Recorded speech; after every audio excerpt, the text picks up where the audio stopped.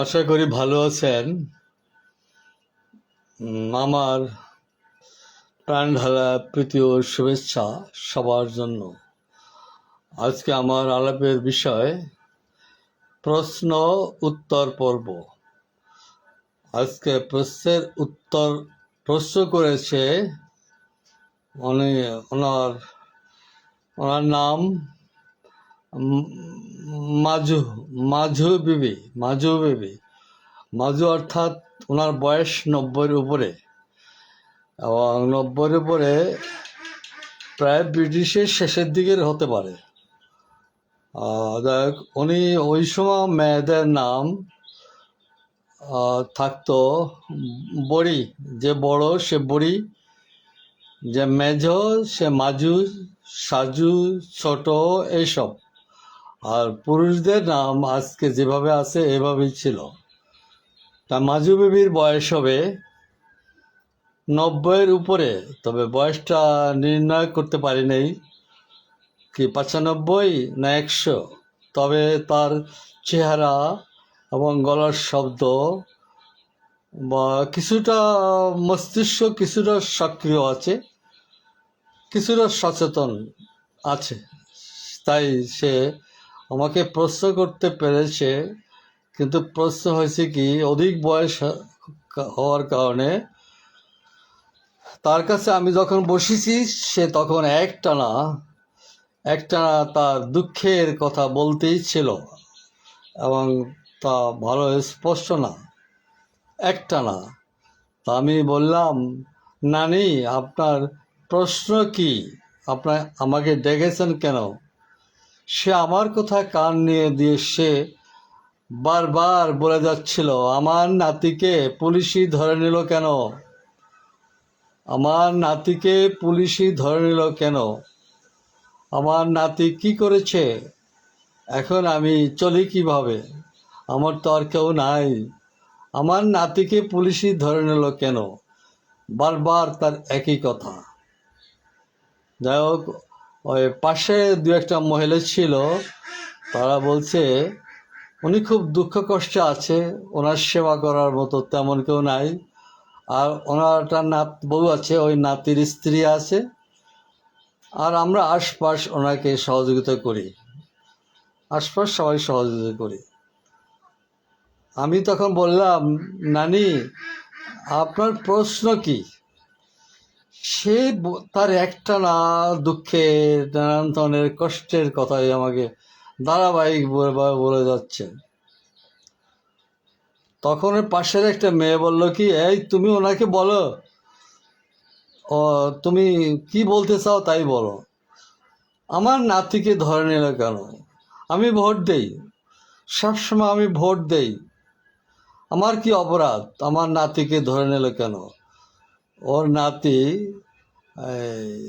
বেশি বয়স না, বয়স হবে 22-23 বছর বয়স হবে।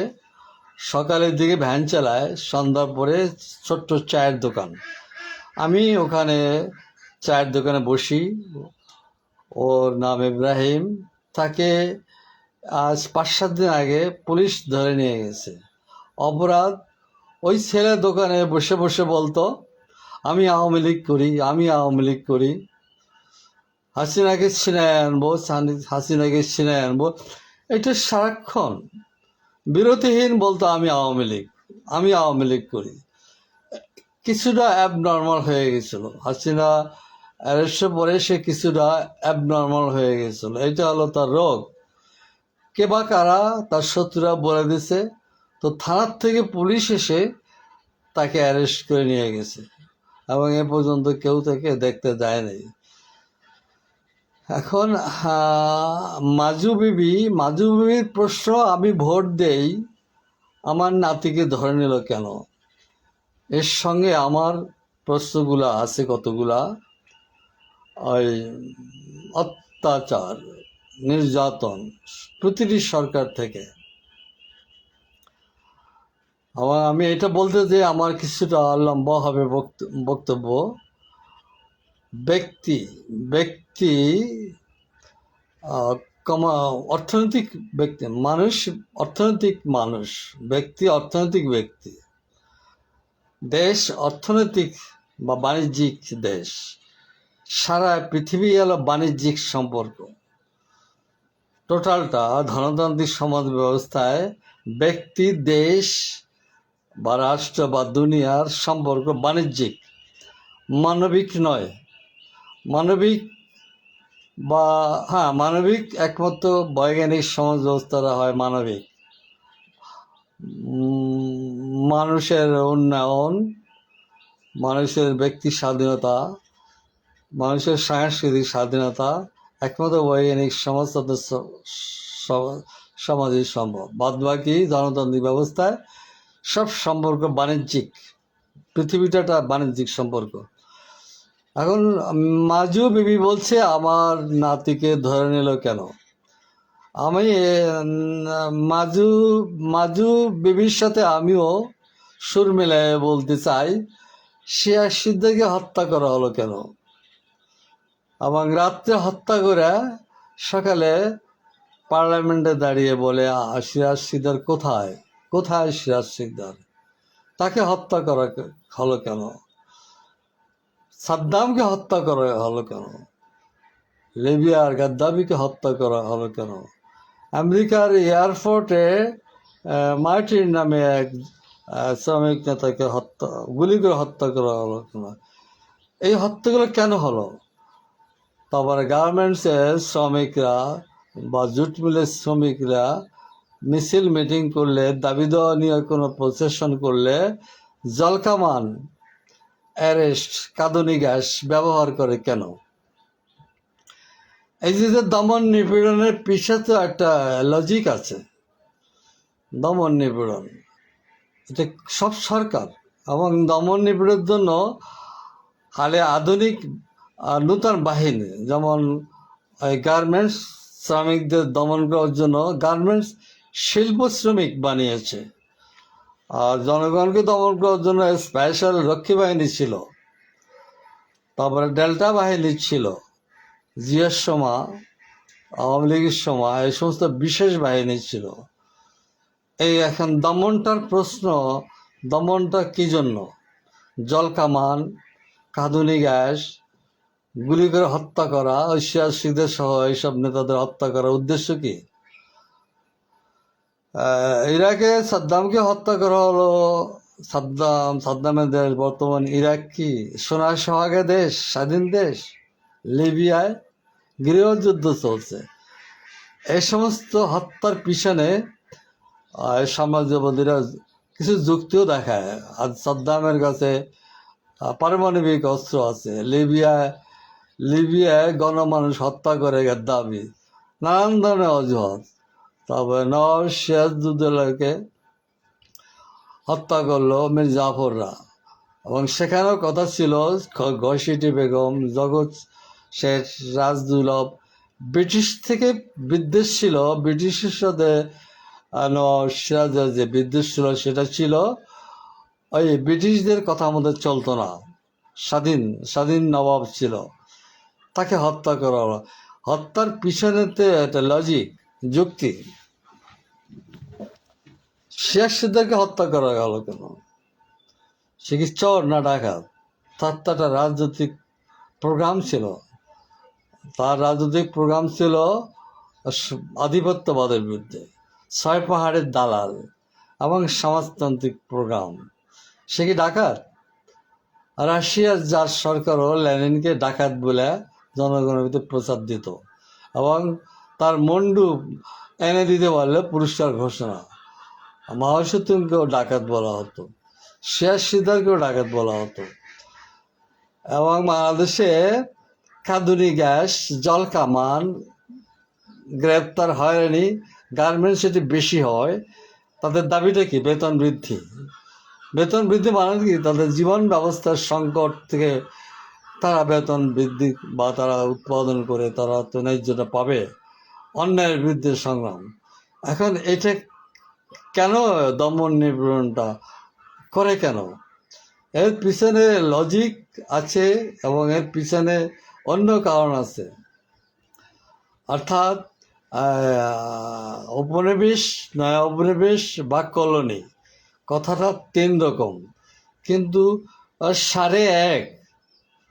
কলোনি বলি আমি প্রায় সময়, আধুনিক নয়া উপনিবেশ পরিবর্তে সাম্রাজ্যবাদের কলোনি ব্যবহার করি আমি কথাটা। এখন সাম্রাজ্যবাদের সাথে চুক্তিবদ্ধ হইয়া এক একটা পার্টি ক্ষমতায় আসে। যে কোনো পার্টি আসতে হলে তাকে সাম্রাজ্যবাদের সাথে চুক্তিবদ্ধ হয়ে আসতে হয়, এবং সেই চুক্তিতে তার ফরেন পলিসি, তার ব্যবসায়িক এবং দেশের সব কিছুর ব্যাখ্যা বিশ্লেষণ দিতে হয়, এবং দেশের কি প্রয়োজন। এবং সাম্রাজ্যবাদ যখন যে সাম্রাজ্যবাদ থাকে, ধরেন এখন সাম্রাজ্যবাদ আমেরিকার সাথে চুক্তিবদ্ধ হচ্ছে কি সকল বন্দর তাকে লিজ দিতে হবে, সেন্ট মার্টিন তাকে ঘাঁটি হিসেবে ব্যবহার করতে দিতে হবে, এবং তার পলিসি, তার বাণিজ্যের শর্তগুলা কি কি, বাণিজ্য কি কি তার দেশ থেকে কিনতে হবে, এবং এগুলা লিস্ট করে মিটিং করে সে একটা লিস্ট দিবে। তোমাকে ক্ষমতায় বসিয়ে দিলে, তুমি ক্ষমতায় এলে আমার এই পণ্য তোমার কিনতে হবে, আর তোমার দেশ থেকে আমার, ওরকম একটা লিস্ট দেয়, তোমার দেশ থেকে আমার এই নিতে হবে। 5 বছর মেয়াদি চুক্তির সরকার, এটাকে বলা হয় চুক্তিবদ্ধ সরকার। ফলে এই চুক্তি বাস্তবায়নের জন্য তাদের যে ইনভেস্ট থাকে, তাদের যে বিনিয়োগ থাকে, এই ধরনের বিনিয়োগ ভারতের ছিল, ভারত রাশিয়ার ছিল, চীনের আছে, রাশিয়ার এখনো আছে, বিনিয়োগ আছে। কিন্তু আমেরিকা সকলকে হাঁটিয়ে দিয়ে ডাকাতি করছে বাংলাদেশটাকে। একটা বাজারে উঠে যেভাবে ডাকাতি করে, একদল ডাকাতি এসে সব কিছু লুটপাট করে নিয়ে যায়, আমেরিকা তার জনবল দিয়া, তার বুদ্ধি দিয়া বাংলাদেশকে ডাকাতি করে নিল, আমাদের মার্কেটটা ডাকাতি করলো, দেশটাকে ডাকাতি করে এখন আমেরিকার দখলে। এখন এই যে সরকার দেখেন, এটা হলো চুক্তিবদ্ধ সরকার। এখন এই চুক্তিতে যা যা থাকবে উল্লেখ, তা তাকে করতে দিতে হবে, এবং এই সরকার থাকাকালীন পর্যন্ত দেশে কোনো গোলযোগ, হরতাল, মিছিল এবং রাষ্ট্রের বিরুদ্ধে যাহা কিছু করবে লোকাল লোকেরা, এটা দমন করবে আমেরিকা দমন করবে, কিন্তু আমেরিকার সৈন্য পাঠিয়ে না, আমেরিকা এখানে এসে দমন করবে না, দমন করবে বাংলাদেশের মিলিটারি, বাংলাদেশের পুলিশ, এবং এই যে তারেক সরকার আছে, এই সরকারের মাধ্যমে এই দমন নিপীড়ন এখানে। যেমন শেখ সিদ্ধার হত্যা তো আওয়ামী লীগ সরকার করে নাই, এটা ভারতীয় সম্প্রদায়দের নির্দেশে এই শেখ সিদ্ধারের হত্যাটা হয়েছে। যেহেতু সে ভারত বিদ্বেষী ছিল, সম্প্রসারণবাদের বিরুদ্ধে ছিল, এবং আওয়ামী লীগকে প্রতিনিধি সরকার বলতো। আরও শেখ সিদ্ধারের প্রোগ্রাম ছিল 6 পাহাড়ের দালাল। কাজে শেখ সিদ্ধারকে যে আওয়ামী লীগের সাথে শেখ সিদ্ধারের তো কোনো দ্বন্দ্ব ছিল না, কোনো জায়গা জমি নিয়ে, টাকা পয়সা নিয়ে আওয়ামী লীগের সাথে শেখ সিদ্ধারের দ্বন্দ্ব না, শেখ সিদ্ধারের সাথেও দ্বন্দ্ব ভারতের সাথে। কাজে ভারত যদি দেখে শেখ সিদ্ধার ক্ষমতা এলে ভারতের সাথে আর বন্ধুত্ব থাকবে না, অনুরূপভাবে আমাদের দেশে যে সমস্ত মিছিল, মিটিং, হরতাল যাহা কিছু এখন হচ্ছে, দমন করতেছে কাঁদুনি গ্যাস, জল কামান, অ্যারেস্ট। এই যে আমার ওই যে মেজো মহিলা, মেজো বিবি প্রশ্ন করছে, আমার নাতিকে পুলিশ অ্যারেস্ট করছে কেন? মেজো বিবির নাতিকে পুলিশ দেখি আমরা পুলিশ অ্যারেস্ট করছে না, ওকে অ্যারেস্ট করছে আমেরিকা। এবং বর্তমানে যত কিছু অ্যারেস্ট হচ্ছে সব আমেরিকার নেতৃত্বে, এবং তাকে করতে হবে। অর্থাৎ আমেরিকার যে পরিকল্পনা বাংলাদেশের উপরে, তার যে বিনিয়োগ, এটা তাকে শুধু আসলে উঠে নিতে হবে। কাজে তারেক সরকার দিয়ে, এবং তারেক সরকার হলো আমেরিকার চাকরি করে, এদেশের আমলা, মুৎসুদ্দি, মিলিটারি, পুলিশ, এরা হলো সব আমেরিকার চাকরি করে। কাজে তাদের চাকরি ঠিক রাখতে করলে এইগুলো সে দমন করবে। দমনের উদ্দেশ্য আমেরিকার বিনিয়োগ, আমেরিকার পলিসি বাস্তবায়নের জন্য কোনো ডিস্টার্ব করা যাবে না। কাজী গণতান্ত্রিক আন্দোলন, আমাদের দেশে যে গণতান্ত্রিক আন্দোলন হচ্ছে সেগুলো দমন হচ্ছে বৈশক্তির মাধ্যমে, প্রভু শক্তির মাধ্যমে এগুলো দমিত হচ্ছে। কাজী এটাতে একটা সরকারটাতে চাকরি করে। আগের সরকার ভারতের চাকরি করতো, রুশ ভারতের চাকরি করতো, চীন আর রাশিয়া ওরা ওত পেতে আছে। এবং বাংলাদেশের যে দক্ষিণ এশিয়ার যে বাংলাদেশের অবস্থানটা জিও পলিটিক্সে একটা গুরুত্বপূর্ণ জায়গা। এখানে রাশিয়া, চীন, ভারত, আমেরিকা এই তিন মহাশক্তির পলিসিতে এই দেশ চলছে। কাজে আমরা শুনতেছি কি হাসিনা দেশে আসবে, তার আগে তারেক সাহেবকে দিল্লিতে যেতে হবে। তারেক সাহেব এবং ভারতের গোয়েন্দারা সব পর্যায়ে আলাপ আলোচনা ঠিক। হঠাৎ তারেক সাহেব বেঁকে বসছে, আমি যাব না। হাসিনা দেশে আসবে, তার সাথে ভারতে যাওয়াটার কোনো প্রয়োজনীয়তা নাই, কোনো বাধ্যতা নাই। ভারতে আমার যাওয়া বাধ্যতাও না, কোনো প্রয়োজনও না। হাসিনা দেশে আসবে, সে আমার দেশের আসামি, সে দেশে আসবে, আমার আসতে হবে কেন? কথাটা একটা যুক্তি আছে বটে। আবার ভারত বলতে কি, তোমার দেশে হাসিনাকে তো আমাদের দেশে পাঠাতে বলে নেই, আমরা তো বলে নেই, ইউনূস সাহেবকে তো বলে নেই হাসিনাকে আমার দেশে দিয়ে দাও। আমি তো বাংলাদেশ মিলিটারিকে বলে নেই তোমরা হাসিনাকে আমার দেশে দিয়ে যাও। তাদেরও একটা যুক্তি আছে। এখন তোমরা এখানে দিয়ে গেছো, তোমরা আবার নিয়ে যাবা। এখন তারেক সাহেব যে ব্যাগে বসলো, তারেক সাহেবের মাথার বুদ্ধিতে? তা না, তারেক সাহেবের মুরব্বী আছে। তারেক সাহেবের চীন, রাশিয়া, আমেরিকা এইসব কথা শুনতে হচ্ছে। এখানে বাংলাদেশ নিয়ে পাকিস্তানের স্বার্থ কি পূর্ব পাকিস্তান বানাও, আমেরিকার স্বার্থ কি সেন্ট মার্টিন ঘাঁটি দাও, চীনের স্বার্থ কি সবাইকে আউট করে দাও, আমাকে মার্কেটটা দাও। তাহলে জিও পলিটিক্সে বাংলাদেশের সমস্যা তো অনেক জটিল। এই জটিল সমস্যা কিভাবে দূর হবে ভাবেন সবাই, আমিও ভাবি। এই যে এখন যে অবস্থাটা দাঁড়িয়েছে, যে আমার মেজো বিবি বলছে আমার ছেলেকে অ্যারেস্ট করে নিয়েছো কেন? সেই প্রশ্নের উত্তর দিতে যেয়ে আমাকে এত সত্য কথা বলতে হচ্ছে। পুলিশ অ্যারেস্ট করে নাই, এবং ঘরে ঘরে আমি আমার নিজ এলাকায় দেখেছি ছাত্র দলের ছেলেরা প্রতিটি বাড়ি বাড়ি তল্লাশি চালাচ্ছে ছাত্রলীগ কোথায়, এবং অধিকাংশ ছাত্রলীগ পলানো। ছাত্রলীগ কোথায় খোঁজ দিচ্ছে পুলিশ না, সরকার না, ছাত্র দলটা কার? বিএনপির ছাত্রদল। ছাত্রদল কি কোনো রাজনৈতিক বা রাষ্ট্র কর্তৃক কোনো স্বীকৃত কোনো বিষয়? ছাত্রদেরকে ব্যবহার করে এখন সমস্ত জায়গায় ছাত্ররা বিছানা গোল করে পালিয়ে গেছে। ছাত্রদল সব জায়গায় ঘুরে বেড়াচ্ছে। মেজো বিবি অতটা বলতে পারে না, 90-এর উপর ওনার বয়স। কথাটা তো ওনার ভিতরে এগুলোই, আমি এগুলোই খুঁজে পেয়েছি। আমি প্রচুর প্রশ্ন পাই, হাঁটতে হাঁটতে একদিনে শত শত প্রশ্ন পাই।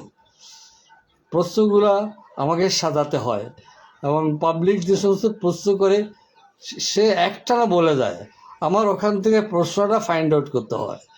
মেজো বিবি এরকম বলছে, কান্নাকাটি করছে, আমার নাতিকে পুলিশ ধরে নিল কেন? আমি তো ভোট দেই, কেন ধরে নিল? তাকে কে বুঝাবে, কিভাবে বুঝাবে? এটা তো পুলিশ ধরে নেয় নাই। যে দমন নিপীড়ন তারেকের মাধ্যমে আমেরিকা তার চুক্তির সরকার, অর্থাৎ আমেরিকার যে চুক্তিতে সরকার বসিয়েছে, তাকে আমেরিকার বিনিয়োগ নিরাপদ করতে হবে। আমেরিকা এই সময় শান্ত চাইবে।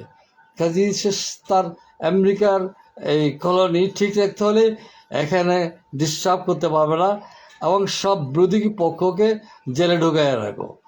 এটা শুধু তারেক সরকারের বেলা না, এটা অতীতের সব সরকারের সময় দেখা গেছে। বিরোধী দলকে দমন করা এবং বিনা বিচারে হত্যা করা এবং বিনা বিচারে আটক রাখা রাজনৈতিক।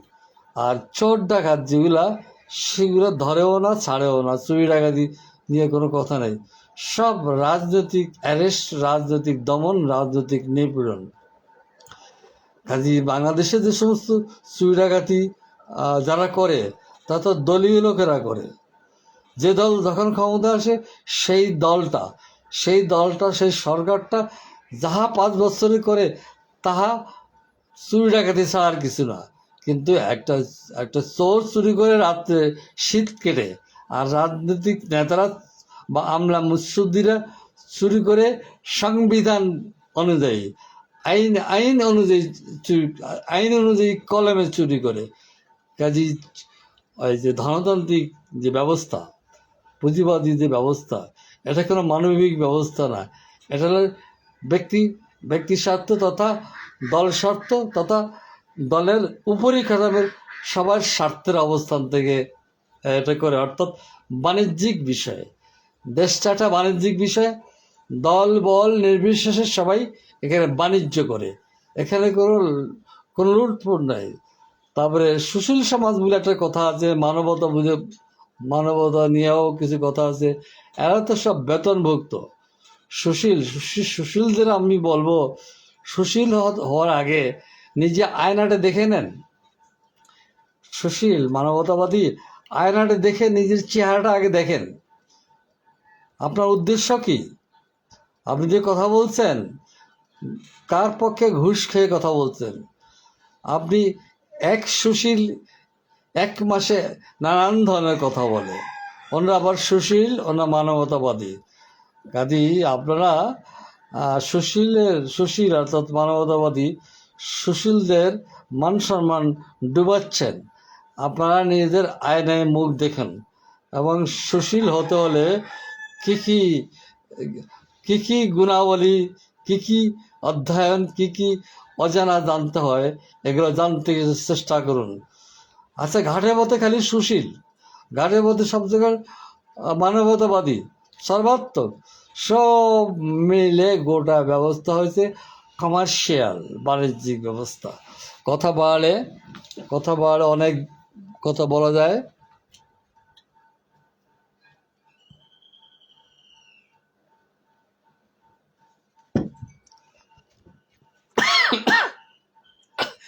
মেজো বিবি প্রশ্ন উত্তর দিচ্ছি। মেজো বিবির বয়স কি 98 না 95 বোঝা যাচ্ছে না। তবে ওনার সময় ব্রিটিশের শেষটা উনি দেখেছে। উনি সরকার বলতে পারে নাই, বারবার বলছি রাজা কেন আমার নাতিকে ধরে নিল। অর্থাৎ ওনার সময় জমিদারি এবং রাজা ব্যবস্থা ছিল। সরকার বোঝে না, সরকার বলতেও পারে না, কিচ্ছু বোঝে না, জমিদার যুগটাকে বোঝে। এবং স্থানীয় মিয়া সাহেব, রায় বাহাদুর, খান সাহেব আর রাজা, এর বাহিরে সে সময় মানুষের কোনো জ্ঞান ছিল না। কাজে আমাকে বারবার বলতেছিল, রাজা কেন আমার নাতিকে ধরে নিল।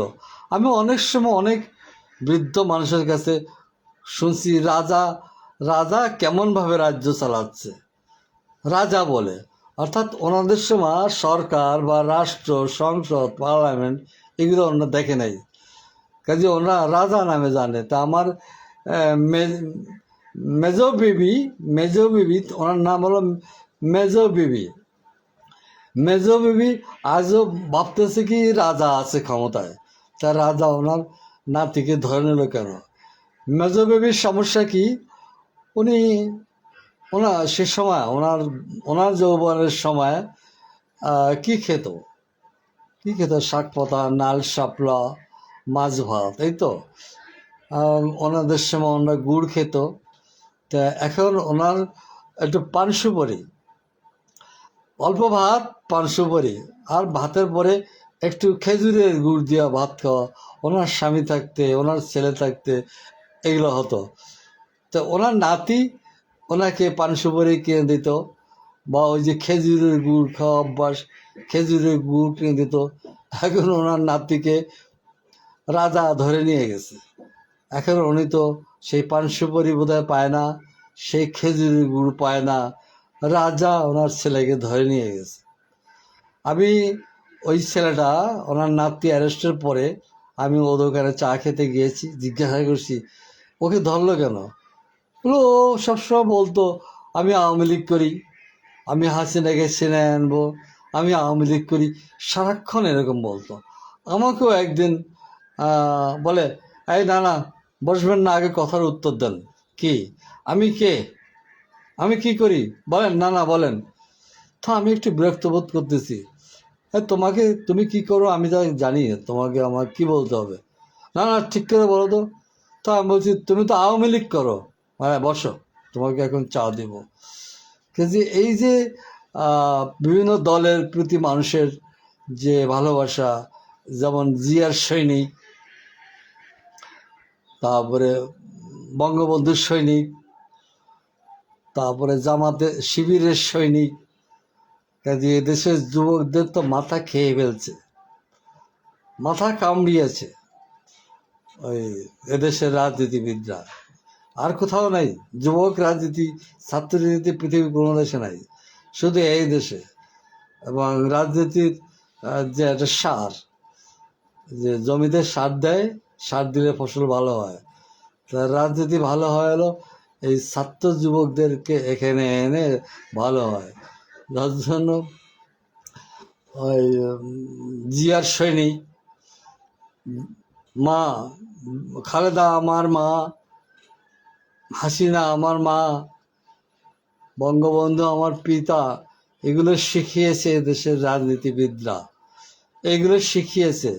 কিন্তু নাগরিক মান আর জনগণের মানোন্নয়ন এটা হয় নাই। তার পেছে কারণ সবসময় সাম্রাজ্যবাদের কাছারি, সবসময় বিদেশি শাসন, বিদেশিদের দ্বারা পরিচালিত হয়েছে। বিদেশিরা চায় নাই আমার দেশের রাজনৈতিক মান, আমাদের দেশের সিভিক সেন্স, এগুলো বিদেশিরা চায় নাই।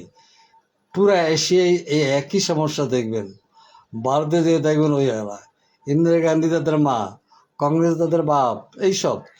কাজে আমাদের দেশের সাম্রাজ্যবাদ উৎখাতের পরেও অন্তত 400 বছর লাগবে জনগণের মানটা ঠিক করতে।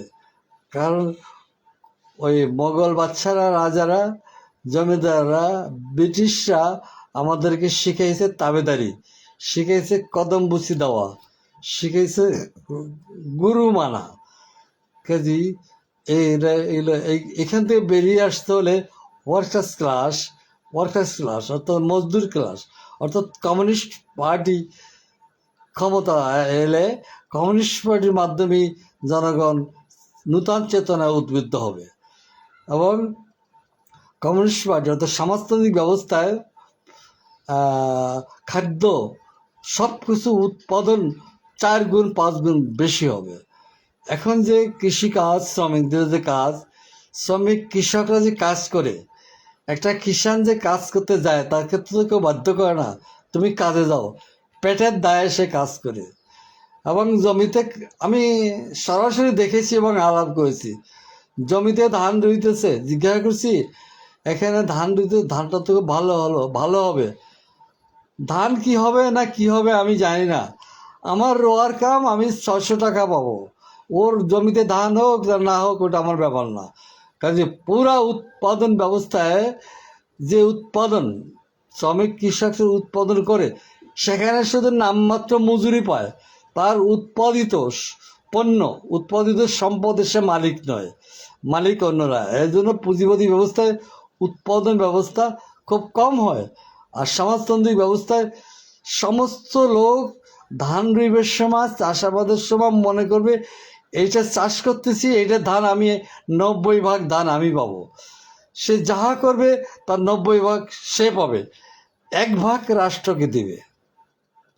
সমাজতন্ত্রের উৎপাদন ব্যবস্থা আর ব্যক্তিগত পুঁজিবাদী ব্যবস্থা, উৎপাদন ব্যবস্থা, এই পার্থক্যটা আমাদের সবাইকে জানতে হবে।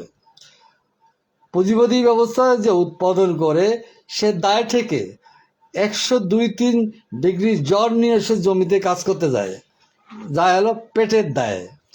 আর সমাজতন্ত্রী সমাজের একটা শ্রমিক কাজ করতে করতে টাইম ওভার হয়ে গেলে সে ওঠে না।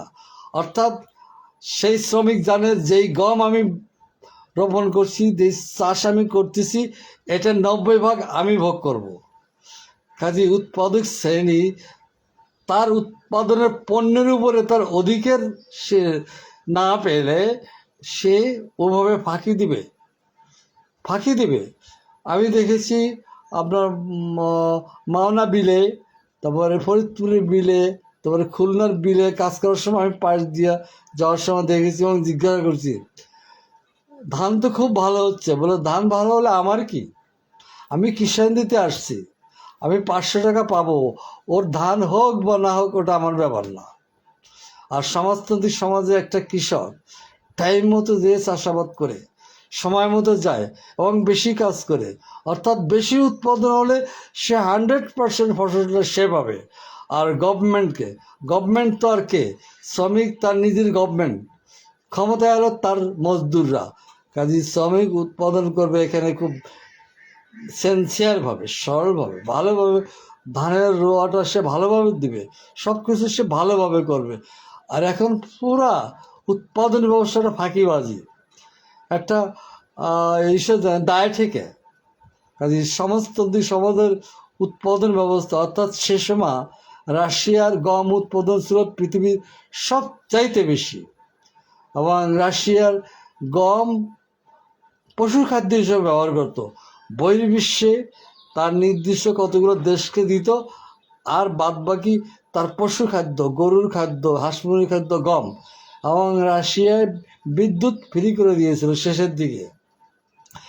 কাজেই আজকে ব্যক্তিগত যে মালিকানা, পুঁজিবাদী বা ধনতান্ত্রিক ব্যবস্থায় যে চাষাবাদ, যে উৎপাদন, এটা ভেঙে দিয়ে আমরা কমিউনিস্ট সমাজ, হ্যালো, ডিস্টার্ব হলো, কমিউনিস্ট উৎপাদন ব্যবস্থায় মানুষ শ্রম করবে স্বেচ্ছায়, বাধ্য হয়ে না। এবং সে উৎপাদনের যেটা উৎপাদিত সম্পদ, তার মালিক সে নিজে হবে, এবং সে গভর্নমেন্টকে একটা ট্যাক্স দিবে, নামমাত্র খাজনা দিবে। এই আর কি, মোটামুটি অনেক আলাপ হলো। তো আমার এই যে সমস্ত আলাপ করলাম, এই আলাপের যারা ভালো মানুষ, তারা আমার এই আলাপের বাইরে থাকবেন। আমি থ্যাংক ইউ, আমি সাথে আছি, আপনার সাথে থাকবেন। আবার কোনো এক পর্বে দেখা হবে। Thank you.